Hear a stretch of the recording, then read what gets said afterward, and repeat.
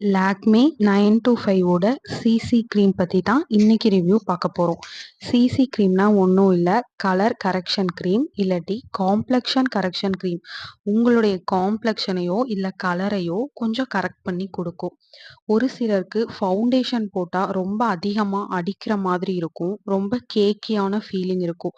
அதுவும் இல்லாம ஃபவுண்டேஷன நம்ம டெய்லி யூஸ்க்கு யூஸ் பண்றது நம்மளுடைய ஸ்கின்னுக்கு ரொம்ப பிரச்சனை குடுக்கும்.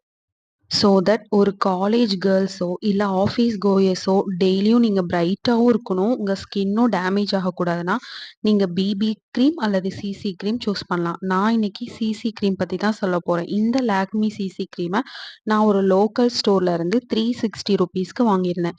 இது ஒரு 6 ஷேட்ல வருது. அதுல நான் ஃபர்ஸ்ட் ஷேட் 01ல பெய்ஜி கொஞ்சம் ஃபேர் ஸ்கின்னா இருக்கிறவங்க இத சூஸ் பண்ணுங்க.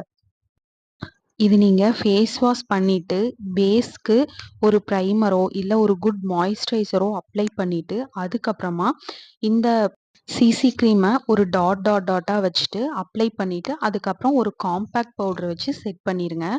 சூப்பரான ஒரு கவரேஜ் குடுக்கும். ஆனா என்னன்னா, ஒரு பிளாக் ஸ்பாட்ஸ்லாம் இருந்துச்சுன்னா, அது மட்டும் கொஞ்சம் கவரேஜ் குடுக்காது. ஸோ கொஞ்சம் ரியலா தெரியும். நான் உங்களுக்கு ஃபோட்டோல ஆட் பண்ணியிருக்கேன் பாருங்க. லாஸ்ட்ல ஒரு 3 செகண்டுக்கு.